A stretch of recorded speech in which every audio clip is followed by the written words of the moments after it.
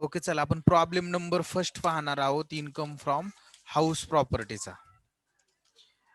याच्या अगोदर आपण 2 लेक्चर मध्ये याची बऱ्यापैकी थिअरी समजून घेतलेली होती आणि आपण प्रॉब्लेम सेशन कडे आता जाणार आहोत. तर त्याचं फॉर्मॅट सुद्धा मी काल तुम्हाला समजून सांगितलं होतं, बरोबर ना? बरोबर. फॉर्मॅट थोडासा लिहून पाठ करा, म्हणजे तुम्हाला प्रॉब्लेम सोडत असताना काही अडचणी येणार नाही.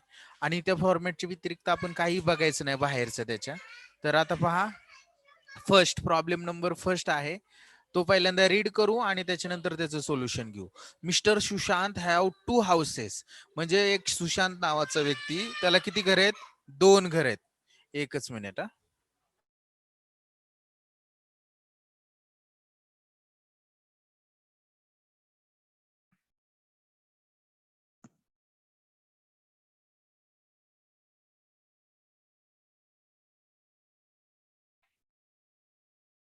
FYचं लेक्चर आहे सर. आवाज येतोय का? FYचं लेक्चर घेता का सर? पहा, प्रॉब्लेम फर्स्ट आपण रीड करायचा आणि त्याच्यानंतर सॉल्व्ह करायचा. आवाज येतोय ना सर्वांना? हो येतोय. बघा, म्युनिसिपल व्हॅल्युएशन 90,000 90,000 आणि पहिलं घर बघा काय, 2 घर आहेत. त्याच्यामध्ये म्युनिसिपल व्हॅल्युएशन हाऊस नंबर फर्स्टचं 90,000 आहे आणि हाऊस नंबर 2चं किती? 45,000. फेअर रेंट म्हणजे गृहीत भाडं, ते घर नंबर 1चं 1,20,000 आणि घर नंबर 2चं 60,000. त्याच्यानंतर स्टँडर्ड रेंट, हे रेंट कंट्रोल ऍक्ट जो आहे त्याच्यानुसार हे ठरवलं जातं. तर हे हाऊस नंबर 1चा आहे 1,00,000, हाऊस नंबर 2चा आहे 66,000. देन आफ्टर फायर इन्शुरन्स तो आहे 1,500 आणि दुसऱ्याचा सुद्धा 1,500. आता purpose of house self occupied आहे. First house is self occupied and then second house is let out, त्यांनी मेन्शन केलेलं आहे, परंतु या ठिकाणी त्यांनी रेंट रिसिव्ड किंवा अॅन्युअल रेंट किंवा अनरिअलाइज रेंट नावाचा शब्द प्रॉब्लेम मध्ये कुठेही नाही. त्यामुळे त्यांच्याकडून ही प्रिंटिंग मिस्टेक असणार आहे. हे कोणतं घर आहे? Deemed to be let out आहे. म्हणजेच कोणतं? DLO. आता प्रॉब्लेम सोडवत असताना आपल्याला 2 गोष्टी खूप महत्वाच्या असतात. पहिली गोष्ट म्हणजे घर ओळखता आलं पाहिजे, की आपल्याला जी घरं दिलीत त्या घरांपैकी तो स्वतःचं घर कोणतं आहे, म्हणजे स्वतःचं राहण्यासाठीचं घर कोणतं आहे आणि भाड्याने दिलेलं किंवा deem to be let out घर कोणतं आहे, हे ओळखता आलं की आपल्याला प्रॉब्लेम सोडवणं अतिशय सोपं जातं. बेसिक कन्सेप्ट जर आपल्याला घरच समजलं नाही, कोणत्या नेचरचे टाइप्स ऑफ हाऊस कोणते तेच समजलं नाही, तर आपण प्रॉब्लेम चुकीचा सोडवणार. तर त्यांनी आपल्याला ह्या प्रॉब्लेम मध्ये काय केलेलं आहे की मेन्शनच केलेले बस सेल्फ ऑक्युपाइड आणि deem to be let out. House number 1 कोणते? स्वतःच्या राहण्यासाठी. आणि एक गोष्ट लक्षात राहू द्या, जर ही इन्फॉर्मेशन आपल्याला दिलीच नसती, ही जी इन्फॉर्मेशन आहे लेट आउट आणि deem to be let out किंवा सेल्फ ऑक्युपाइड, ही इन्फॉर्मेशन दिली नसती तर एवढ्याच इन्फॉर्मेशन वरनं आपल्याला गेस करावं लागलं असतं किंवा समजावं लागलं असतं की सेल्फ ऑक्युपाइड घर कोणतं आहे आणि deem to be let out घर कोणतं आहे. कारण की ह्या 2 घरांमध्ये लेट आउट घर एकही नाही, म्हणजे भाड्याने दिलेलं घर एकही नाही. का नाही? कारण की या ज्या इन्फॉर्मेशन दिलेली आपल्याला, या इन्फॉर्मेशन मध्ये 3 शब्द लक्षात ठेवायचे लेट आउट घराच्या बाबतीत. हे 3 शब्द ह्या इन्फॉर्मेशन मध्ये असतील आणि ज्या घरामध्ये अमाऊंट दिलेली असेल त्या 3 शब्दांच्या पुढं, तर ते घर समजायचं लेट आउट. कोणते 3 शब्द? अॅन्युअल रेंट, रेंट रिसिव्ड आणि अनरिअलाइज रेंट. ह्या 3 कन्सेप्ट जर प्रॉब्लेम मध्ये असतील तर ते लेट आउट घर आहे. या प्रॉब्लेम मध्ये असा शब्द कोणता आहे का annual rent, rent received, unrealised rent आहे का कुठं? नाही. म्हणजे याच्यामध्ये आपल्याला लेट आउट घर दिलेलं नाही. ही इन्फॉर्मेशन जर नसती तर आपण घर कसं ओळखलं असतं? ज्याचं म्युनिसिपल व्हॅल्युएशन जास्त असतं. लक्षात राहू द्या, बाद या 2 घरांपैकी म्युनिसिपल व्हॅल्युएशन कोणत्या हाऊस नंबर 1चं जास्त आहे की हाऊस नंबर 2चं जास्त आहे? 1चं. हाऊस नंबर 1चं जास्त आहे, बरोबर. याचा अर्थ काय? कोणताही घर मालक कधीही निकृष्ट दर्जाच्या घरामध्ये राहणार नाही. ज्याचं व्हॅल्युएशन जास्त आहे म्हणजे ते घर काय असणार आहे? चांगलं घर असणार आहे, बरोबर ना? मग मालक काय स्वतःसाठी कधीही चांगलंच घर निवडतो राहण्यासाठी. जर हे घर काय हे जर आपल्याला दिलं नसतं तर आपण हाऊस नंबर 1 काय घेतलं असतं, सेल्फ ऑक्युपाईड घेतलं असतं आणि house number 2 deem to be let out घेतलं असतं. कळलं सर्वांना? बोला. हो सर. ओके चला. आता म्युनिसिपल टॅक्सेस 10% दिले ऑफ म्युनिसिपल व्हॅल्युएशन म्हणजे काय? आता म्युनिसिपल टॅक्स म्हणजे नगरपालिका कर पेड करावा लागतोय म्युनिसिपल व्हॅल्युएशन. लक्षात राहू द्या एमसीक्यू साठी म्युनिसिपल टॅक्स हा म्युनिसिपल व्हॅल्युएशन वरच कॅल्क्युलेट करायचा 10% म्युनिसिपल व्हॅल्युएशन वर. Mister Sushant pays ₹20,000. सुशांतने काय केले 20,000 as a interest on loan. Interest on loan याचा अर्थ हे काय डिडक्शन आहे. अंडर सेक्शन कोणतं?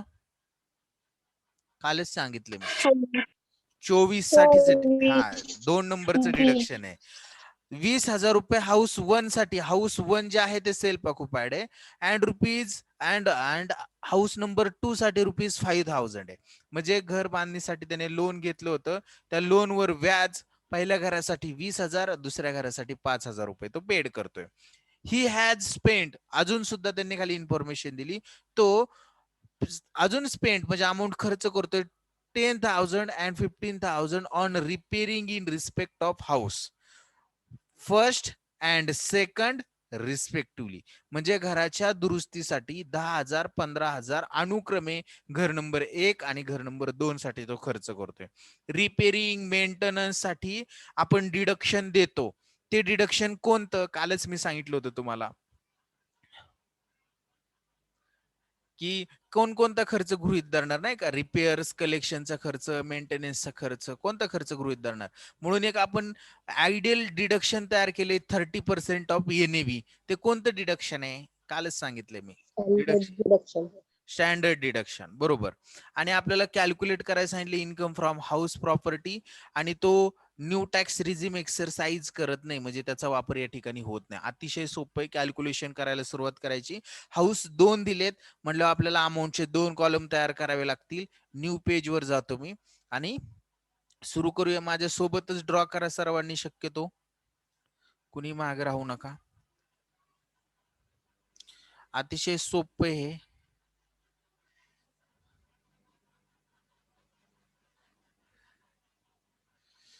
ओके एकच मिनिट. हा चला चला. मिस्टर कोण आहे? काय नाव आहे त्याचं? सुशांत. सुशांत. आपल्याला काय कम्प्युट करायचंय त्याचं? Income from house property. Very good. Computation of taxable income. Taxable income.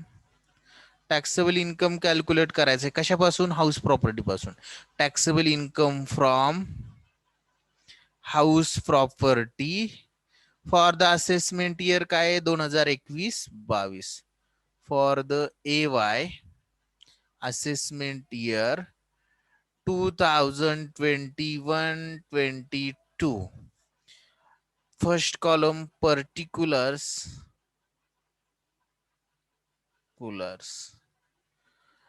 Then house first आणि house second. पहिलं जे पहिलं घर आहे तो कशासाठी? तो स्वतःच्या राहण्यासाठी वापरते. म्हणजे कोणतं घर आहे ते? Self occupied. Self occupied. मी काय करतोय त्या ठिकाणी SO लिहितोय. आणि दुसरं घर लेट आउट आहे. पण लेट आउट म्हणजे deem to be let out आहे. भाड्याने दिले असं गृहित धरतो. DLO deem to be let out. कळलं सर्वांना काय केलं मी घराच्या बाबतीत? त्यांचं नेचर त्या ठिकाणी इन शॉर्ट लिहून ठेवलेलं आहे. आता फॉर्मॅट मी काल तुम्हाला सांगितलं होता. फॉर्मॅट मध्ये आपल्याला फर्स्ट काय घ्यायचं असतं? कोण सांगतंय? Municipal valuation. घ्या सर्वांनी municipal valuation. Municipal valuation. Okay, problem मध्ये जाऊया. म्युन्सिपल व्हॅल्युएशन हाऊस नंबर 1 चे 90,000, हाऊस नंबर 2 चे 45,000. पहिलं घर जे आहे ते सेल्फ ऑक्युपाईड आहे. त्या पहिल्या घरात म्हणजे सेल्फ ऑक्युपाईड हाऊस प्रॉपर्टीच्या बाबतीत मी फॉर्मॅट मध्ये लिहून दिलं होतं की म्युन्सिपल व्हॅल्युएशन घ्यायचंय का डॅश करायचं तिथं डॅश करायचं. घ्यायचं नाहीये, नील येते त्या ठिकाणी घ्यायचंच नाही. मग डीम टू बी लेट आउटच्या बाबतीत किती आहे म्युन्सिपल व्हॅल्युएशन हाऊस नंबर 2 च? Deem to 45,000. 45,000. बरोबर 45,000 मी फक्त हाऊस नंबर 2 च्या कॉलम मध्ये लिहिलं. तर हाऊस नंबर 1 च्या कॉलम मध्ये काय केलंय? डॅश केलंय. क्लिअर सर्वांना?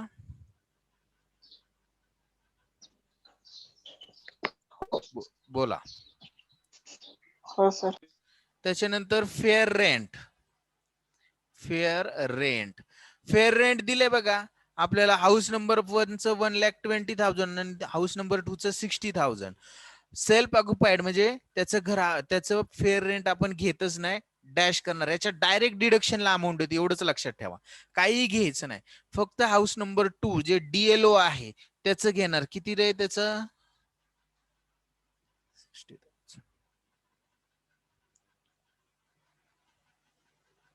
फेअर रेंट किती हाऊस नंबर 2 चं?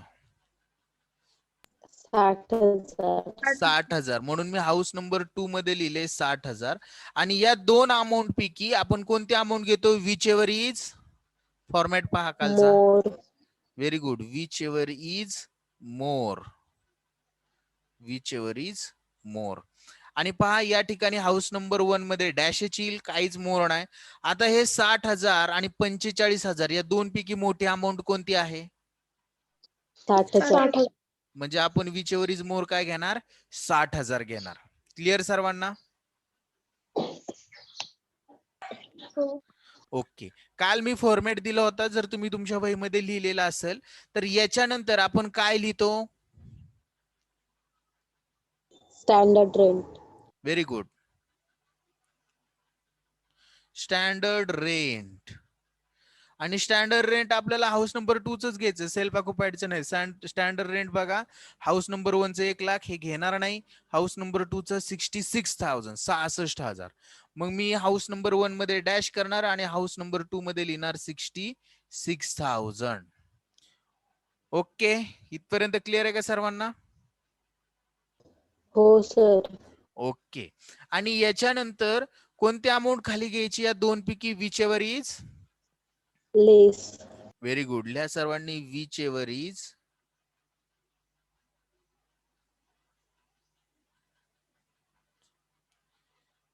लेस. लेस. पहिल्या घरामध्ये लेस काहीच नाही, डॅश येणार. आणि आता हे 60,000 आणि 66,000 या दोन अमाऊंट पैकी कमी अमाऊंट असणारे आपण खाली घेणार. कोणते दोन अमाऊंट पैकी कमी अमाऊंट आहे?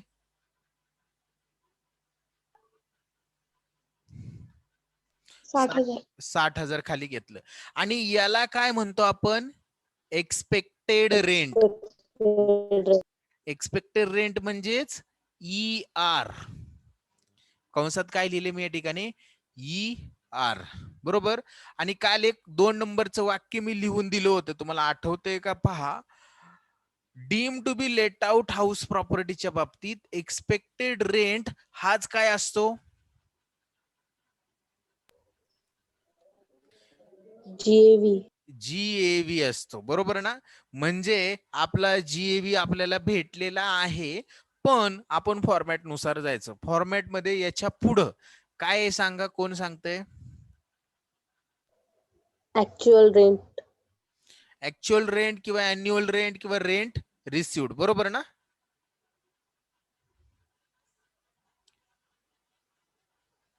ऍक्च्युअल रेंट किंवा rent received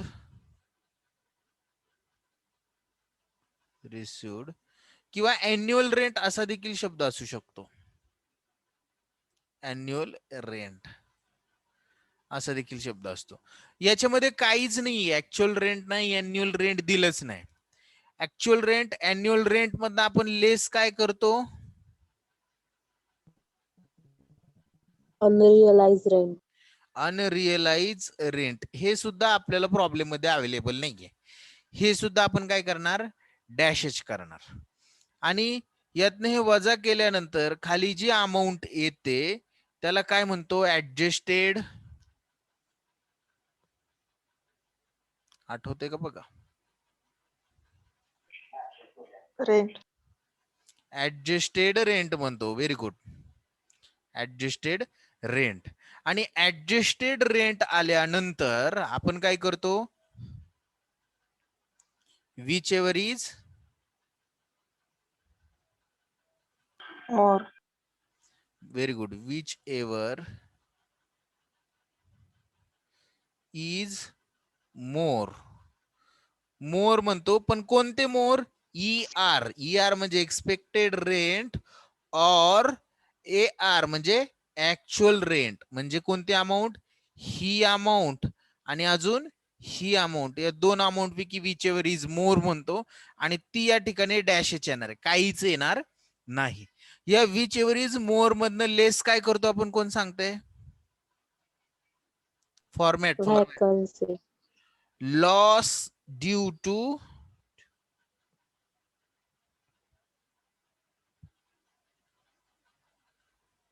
loss due to vacancy म्हणजे काय, घर मोकळं राहिलं काही दिवस त्याच्यामुळे आपल्याला भाडं भेटलं नाही, तो लॉस ड्यू टू वॅकन्सी. वजा केल्यानंतर जी अमाऊंट आपल्याला खाली भेटणार आहे त्याला आपण नाव देतो, कोण सांगतंय, Gross annual value. Very good, gross annual value.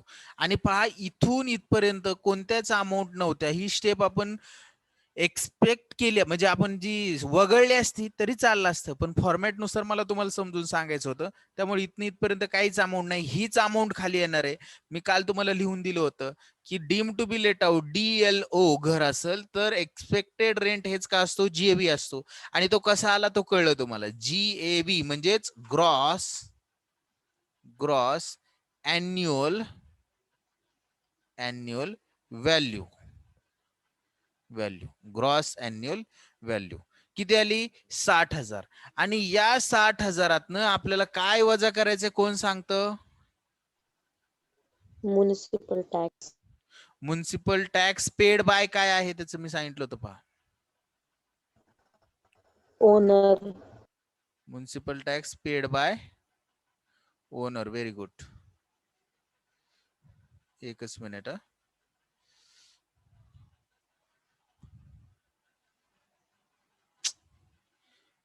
देवा, तुम्हाला पाठवले का नाही, पाठवले. लिहा सर्वांनी, municipal tax paid by owner.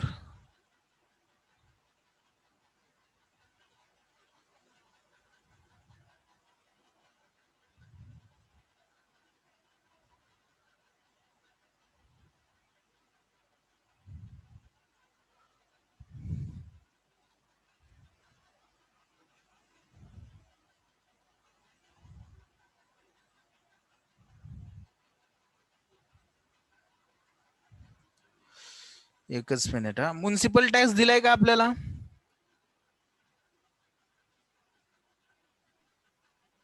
10%. Paid by owner. आता तो किती दिलाय, ऍट 10%. मग 10% आपण कोणत्या व्हॅल्यूच्या घेणार आहे, Municipal valuation. म्युनिसिपल व्हॅल्यू आहे बघा. आपल्याला आता पहिल्या घराच्या बाबतीत म्युनिसिपल व्हॅल्यू नीलच आहे, म्हणजे म्युनिसिपल टॅक्स सुद्धा काय असेल, नीलच असेल, भरायचा नाही. दुसऱ्या घराच्या बाबतीत बघा, म्युनिसिपल व्हॅल्यू 45,000 आहे. मग 45,000वर 10% काढलं तर किती येईल म्युनिसिपल टॅक्स, 4,500. 4,500 येईल. 4,500 आपण म्युनिसिपल टॅक्स घेतला. आता खाली जो येतो म्हणजे जे आपलं उत्तर येईल त्याला काय म्हणणार आपण, Net annual value. Net annual value. Very good, net annual value. आणि नेट अॅन्युअल व्हॅल्यू पहिल्या घराची नील, दुसरं घर 60,000 4,500 गेले किती येईल, 55,500. 55,500. Very good. 55,500. ओके. आता आपल्याला नेट अॅन्युअल व्हॅल्यू आली. नेट अॅन्युअल व्हॅल्यू मधनं आपण काय वजा करतो कोण सांगतंय? Deduction. Very good. Less deduction. Less deduction. Under section किती आहे? 24. 24. पहिले डिडक्शन काय आहे? कोण सांगते? कालच आपण अभ्यासलेत. Standard deduction 30% of NAV. Standard deduction 30% of NAV. मग लिहा first deduction. Standard deduction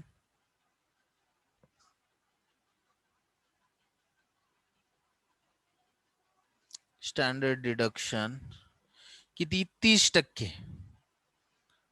30% of NAV. पहिल्या कॉलम मध्ये स्टँडर्ड डिडक्शन येईल का? नाहीच, कारण की त्याचा NAVच नील आहे, ती येणार नाही. दुसऱ्या घराच्या बाबतीत बघा, 55,500 गुणुले 30% किती येते? कोण सांगते? 1,500. 16,050. 1,750. 1,000. 16,650. 16,000. 16,650 रुपये दुसऱ्या घराच्या बाबतीत. हे स्टँडर्ड डिडक्शन झालं. आता या ठिकाणी माझे सेक्शन लिहायचं राहिले. या ठिकाणी standard deduction under section 24A असं लिहावं लागतं. त्याच्यानंतर नंबर 2चं डिडक्शन कोणतं असणार आहे? इंटरेस्ट ऑन बॉरोड लोन किंवा लोन घेतले त्याने पहिल्या घराच्या बाबतीत आणि दुसऱ्या घराच्या बाबतीत, दोन्ही घरांच्या बाबतीत लोन आहे, बरोबर ना? घेतले का लोन? बघा प्रॉब्लेम मध्ये जाऊन बघूया आपण. या ठिकाणी प्रॉब्लेम मध्ये आलो तर आपल्याला दिसते बघा, ही हॅज स्पेंट ₹10,000. सॉरी, इथं नाही, हे नाही, म्युन्सिपल टॅक्स पेड केलं. Mister Sushant pays ₹20,000 as a interest on loan. Interest on loan house number 1चं किती? 20,000 आणि हाऊस नंबर 2चं किती? 5,000. 5,000. आता मला सांगा, जर घर बांधणीसाठी सेल्फ ऑक्युपाइड हाऊस प्रॉपर्टीसाठी 1/4/1999 नंतर लोन घेतलं असेल तर किती पर्यंत त्याला लिमिट आहे? मायनॉरिटी लिमिट 2 लाखापर्यंत. 2 लाखापर्यंत. आणि त्याचं म्हणजे इंटरेस्टवर 2 लाखापर्यंत लिमिट आहे. आणि त्याचं इंटरेस्ट किती या ठिकाणी?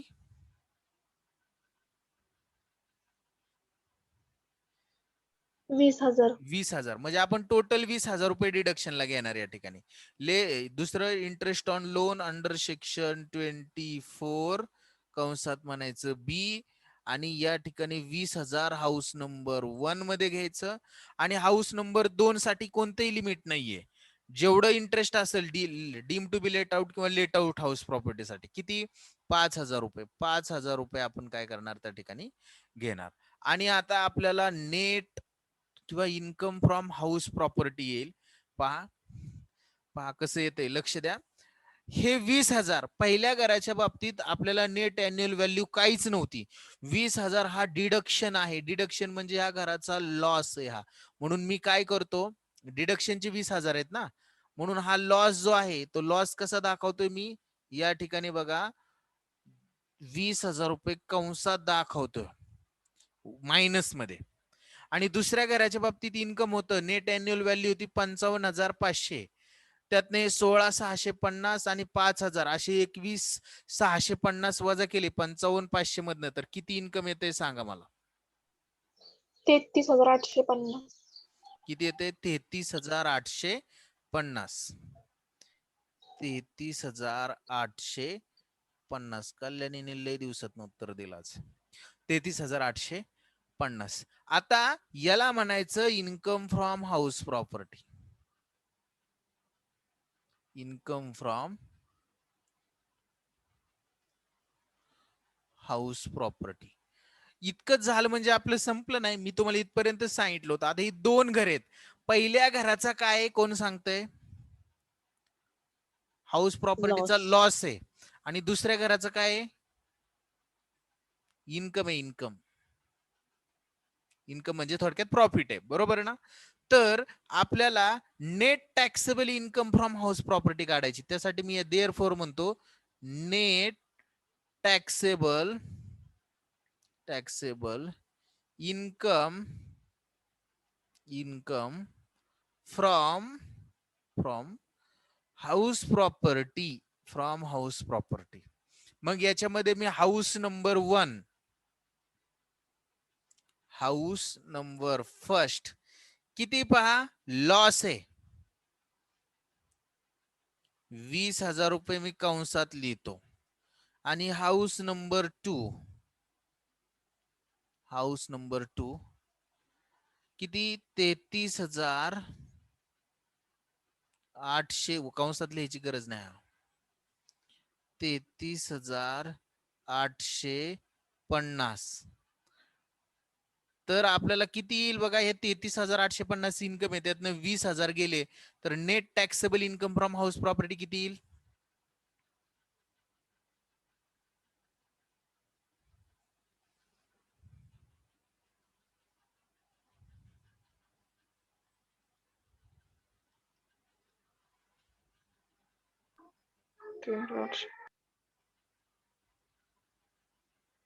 किती येईल? 13,850. बरोबर येते का बघा सर्वांचं?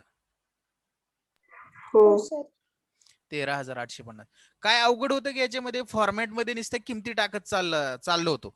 आता तुमच्या मनात प्रश्न येईल, सर आता हे तुम्ही सगळ्या किमती घेतल्या, पण या ठिकाणी सेकंड पॅरेग्राफ मध्ये रिपेअर्स आणि रिन्युअल साठी बघा, spend ₹10,000 and 15,000 repair in respect of house number first and second respectively. हा जो खर्च केला होता त्या मालकाने तो घेतलाच नाही. कोण सांगतं यात न घेण्याचं कारण? याचं का घेतला नाही?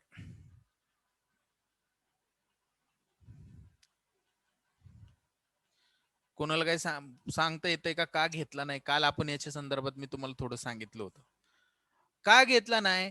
कारण की मालक किती खर्च करतोय रिपेअर्स, रिन्युअल, कलेक्शन, मेंटेनन्स वर, हे आपल्याला माहित नाही. मग अशा वेळेस इन्कम टॅक्स काय म्हणतो की हा तुमचा खर्च 10 खर्च केले, हे 10 तर खर्च मी इन्कम मधनं वजा करत बसण्यापेक्षा तुम्हाला काय करतोय, मी एक स्टँडर्ड डिडक्शन देतोय. स्टँडर्ड डिडक्शन हे कशासाठी? असा खर्च जो मालक करतो तो खर्च वजा करण्यासाठीच. मग हे स्टँडर्ड डिडक्शन किती? 30% ऑफ एनएव्ही. तुमचा जो इन्कम आहे, नेट अॅन्युअल व्हॅल्यू आहे, त्या नेट अॅन्युअल व्हॅल्यूच्या 30% तुम्ही रिपेअर्स, रिन्युअल, त्याच्यानंतर आपण मेंटेनन्स वगैरे म्हणतो हाऊसचा, त्याच्यासाठी तुम्ही वजा करू शकता 30% अमाऊंट. म्हणून ते आपण घेतलेले नाहीत, कारण की त्याच्या बदल्यात काय घेतले आपण? Standard deduction. कळलं का? कळलं का? हो सर. ओके. आता एकच मिनिट.